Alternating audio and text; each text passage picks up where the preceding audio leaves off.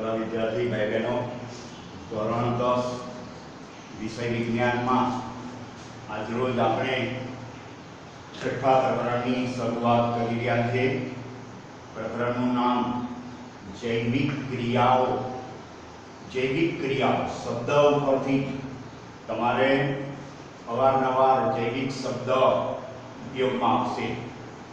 जैविक जे जीव धरावे छे एनी साथे संकळायेलो एटले के सजीवनी साथे संकळायेलो आ शब्द छे। एटले तमारा 10माना विज्ञाननी अंदर जे आ प्रकरण छे ए सिवाय बाकीना प्रकरणों विज्ञानना जेमां जीव विज्ञान बायोलॉजी कहीए छीए तो आवा बायोलॉजीना जे कई प्रकरणों छे एमां आवा जैविक शब्दनो उल्लेख जैविक घटको एवो शब्द आवशे। एटले जैविक परिबळो कुदरती परिबळो बराबर। जैविक क्रिया कुदरती क्रिया जीव साथे सजीव साथे संकळायेली क्रिया। जैविक घटको कुदरती सजीवो एमां संकळायेला ए जैविक उपरथी आ शब्द। लाइफ प्रोसेस आ प्रकरण लाइफ एटले जीवन प्रोसेस एटले क्रिया। हवे आज प्रकरण ए मांथी परीक्षानी अंदर 6 गुणना प्रश्नों पूछाय छे।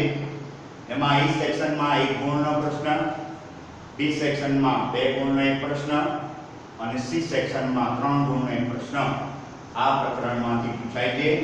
एटले छठुं प्रकरण आम अपना जीवन साथे संकळायेलुं एनी उपरथी ज आपणुं शरीर आपणे एक सजीव ए सजीवनी साथे संकळायेली बधी आ क्रियाओं विषे भणवानुं छे। एटले आपणा शरीर द्वारा जे कई क्रियाओं थती होय छे ए बधी क्रियाओं एनो अभ्यास आ प्रकरणमां करवानो। हवे प्रश्न शुं छे? जैविक एटले सजीव अने निर्जीव। तो तमने एम थाय के सजीव अने निर्जीव एनो भेद केवी रीते? तो આપણે સામાન્ય રીતે જોઈએ તો કોઈ પણ કૂતરું હોય તો કૂતરાને આપણે દોડતું જોઈએ, ગાય હોય તો ગાય ખોરાક ખાતી હોય અથવા ગાય ચાલતી હોય બરાબર। કોઈ વ્યક્તિ બૂમો પાડતો હોય તો આ બધા જે આપણે પ્રકારના હલનચલન એમાં દેખીતી રીતના દ્રશ્યમાન હલનચલન છે જોઈ શકાય એવા ગાયનું ચાલવું, કૂતરાનું દોડવું આ બધા એટલે આ બધા એક પ્રકારના ઈચ્છાનુસાર ઐચ્છિક હલનચલન કેવા ઐચ્છિક હલનચલનના બધા ઉદાહરણ કહેવાય। હવે પણ આપણે સૂતા હોઈએ, કૂતરું સૂતું હોય કે ગાય સૂતી હોય તો એ વખતે એને સજીવ એ વખત તો હલનચલન નથી પણ આપણે જોઈએ જો એ શ્વાસ લેતો હોય એટલે કે શ્વસનની ક્રિયા થતી હોય તો એ પણ એક પ્રકારનું હલનચલન, પરંતુ એ હલનચલન એ અનૈચ્છિક હલનચલન છે। કેવું હલનચલન છે? અનૈચ્છિક હલનચલન। એટલે આવા હલનચલનો ઉપરથી પરંતુ કોઈ વસ્તુ દાખલા તરીકે આમાં ડસ્ટર છે તો એ ડસ્ટર એમાં કોઈ પ્રકારનું તમને હલનચલન જોવા મળે છે નથી। તો કોઈ વનસ્પતિ હોય એ વનસ્પતિ તો હલનચલન કરતી તમને જોવા મળતી નથી છતાં આપણે વનસ્પતિ તો વનસ્પતિ એ સજીવ છે તો ઘણા કહેશે હા, કારણ તો અમુક વિદ્યાર્થી એમ કહેશે લીલાપણો ધરાવે છે, પ્રકાશ સંશ્લેષણ કરે છે, લીલાપણો ધરાવે છે। બધી જ વનસ્પતિઓ કે લીલાપણો ધરાવતી હોય એવી હોતું નથી। અમુક વનસ્પતિના પર્ણો લીલા પણ હોતા નથી છતાં એ વનસ્પતિ વૃદ્ધિ પામે છે એટલે આ એક લક્ષણ થયું વૃદ્ધિ પામવું। જો આપણે એટલું હલનચલન ઉપરથી બરાબર એવું ના કહી શકીએ કે એ સજીવ છે। ડસ્ટર એ હલનચલન નથી કરતું, વૃદ્ધિ પામતું નથી બરાબર કે શ્વસનની પ્રક્રિયા કરતું નથી એટલે આપણે એને નિર્જીવ ગણીએ છીએ। પરંતુ કોઈ પણ સજીવ ગણવા માટે તો આવા લક્ષણો કયા કયા? એનું હલનચલન, પછી શ્વસન, વૃદ્ધિ, આ બધા એને એ લક્ષણોને ધ્યાનમાં લેવા પડે. એટલે જે કઈ કોષ હોય સજીવનો નિર્દેશ બરાબર એ એના વૃદ્ધિ સંબંધિત જે હલનચલનના લીધે વૃક્ષ વનસ્પતિ એ સજીવ છે એમ આપણે કહી શકીએ છીએ. હવે કોષમાં આપણે જે શરીર હોય છે એ શરીર સજીવ શરીર એના કોષની અંદર અદ્રશ્ય આંગીય ગતિ એ સજીવને જીવંત રાખે છે. કેવી અદ્રશ્ય આંગીય ગતિ? આપણે દેખી શકતા નથી અનુસરે, કારણ કે આપણું સજીવ શરીર એની અંદર જે કોષ એની અંદર સૂક્ષ્મ અણુની રચના રહેલી હોય એટલે એ આણ્વિક ગતિ એ આપણા શરીરને એ શું કરે છે? જીવંત રાખે. હવે એક પ્રશ્ન થાય કે વાયરસ છે, દાખલા તરીકે કોરોના વાયરસ એ સજીવ કે નિર્જીવ? વાયરસ જ્યાં સુધી સજીવ કોષના અંદર પ્રવેશે નહીં બહાર વાતાવરણમાં ત્યાં સુધી એ કોઈ એ નિર્જીવ તરીકે માનવામાં આવે. પરંતુ જેવો સજીવ શરીરના કોષમાં પ્રવેશે, કોષના સંપર્કમાં આવે એટલે એ જીવંત એ થાય છે, એની પ્રક્રિયા થઈ શકે છે, વૃદ્ધિ પામે છે બરાબર. એટલે વાયરસ એ સજીવ અને નિર્જીવ એને જોડતી એક કડી તરીકે એ ગણી શકાય.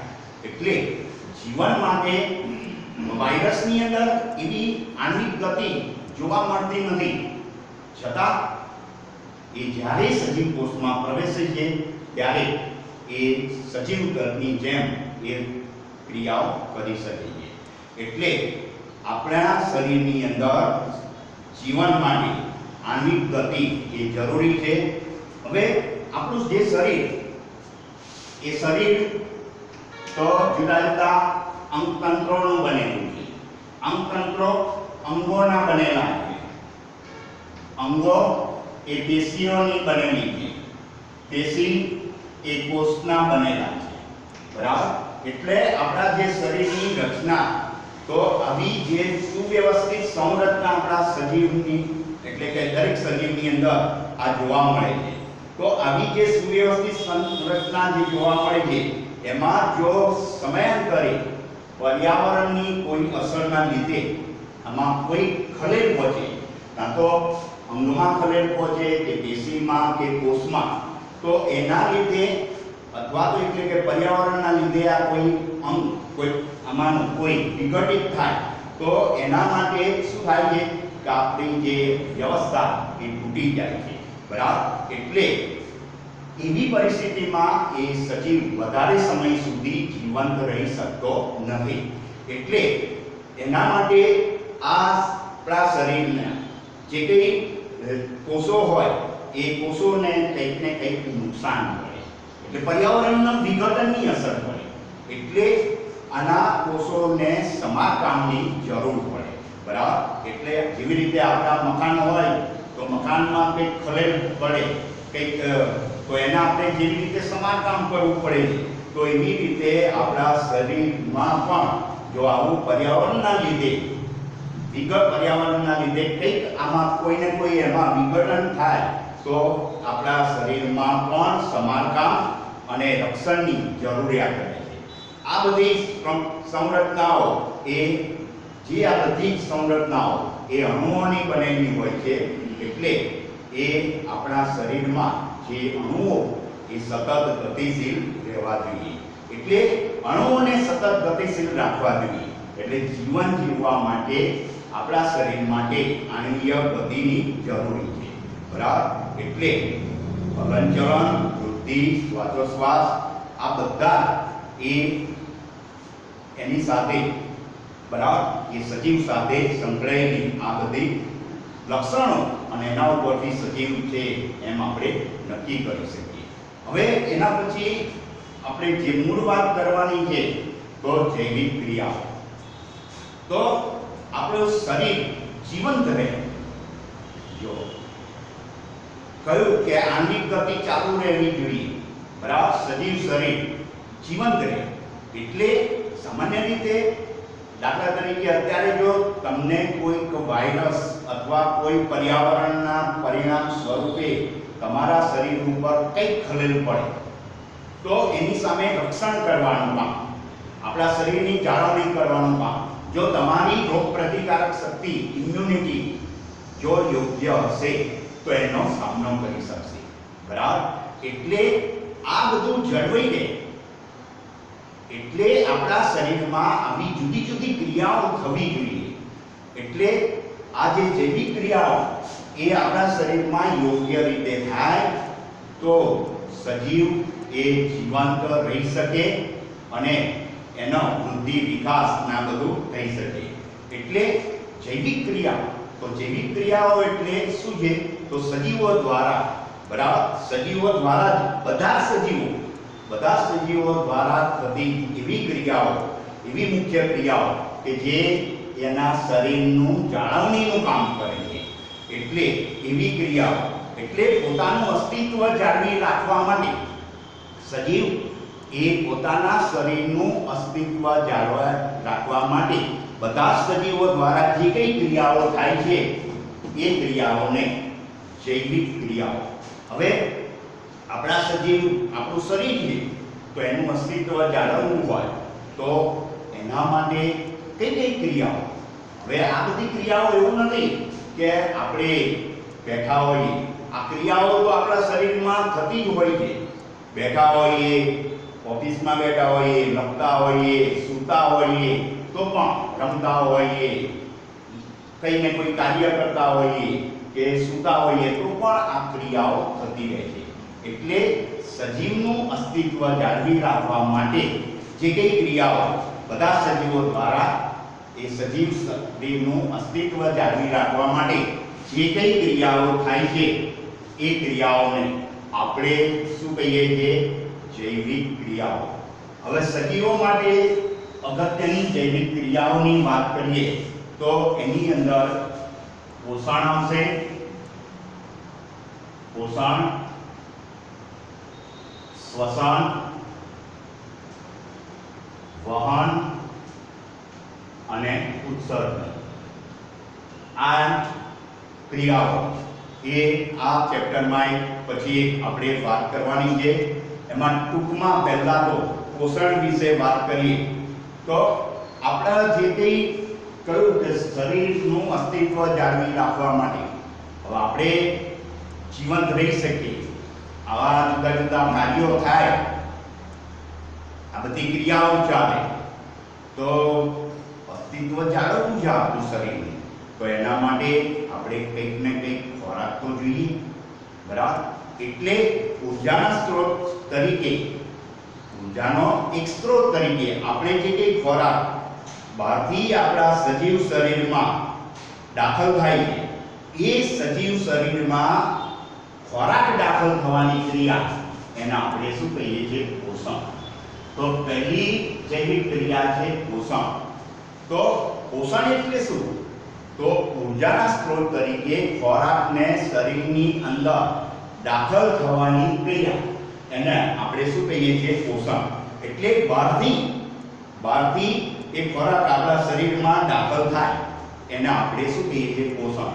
હવે આપણા શરીરમાં જે કંઈ આપણે પોષણ મેળવીએ છીએ, જે કંઈ ખાદ્ય પદાર્થોનો ખોરાક તરીકે ઉપયોગ કરીએ છીએ, એ બધા ખાદ્ય પદાર્થો એ કોના?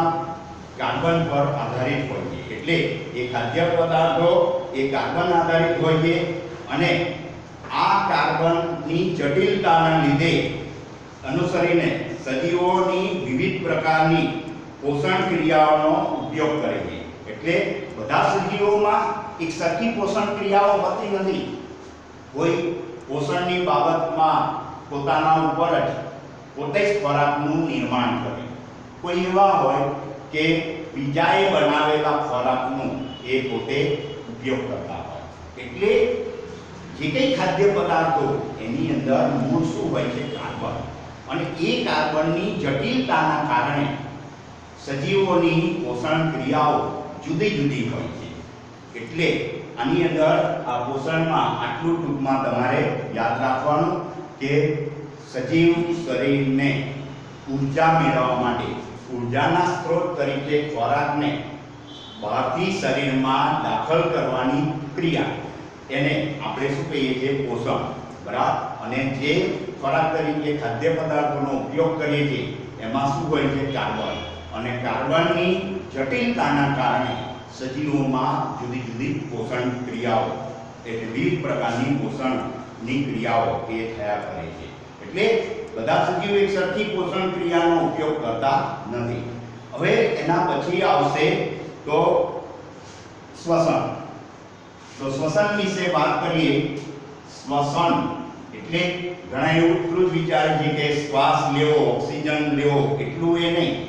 તો એ શ્વસન વિશે, બરાબર, એ શ્વસન, વહન અને ઉત્સર્જન આ ક્રિયાઓ પણ છે.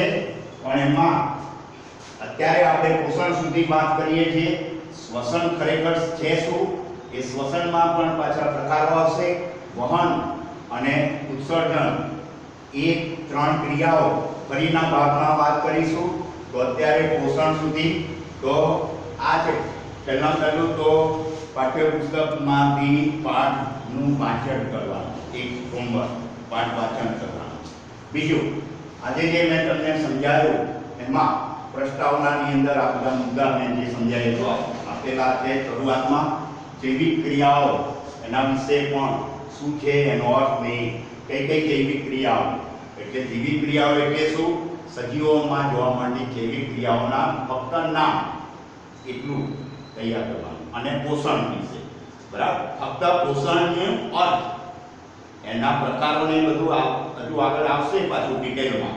પણ હમણાં ટૂંકમાં તમને એવો પ્રશ્ન પૂછે કે જૈવિક ક્રિયાઓ એટલે શું એ જણાવો, અને સજીવોમાં જોવા મળતી જૈવિક ક્રિયાઓ ટૂંકમાં સમજૂતી આપો.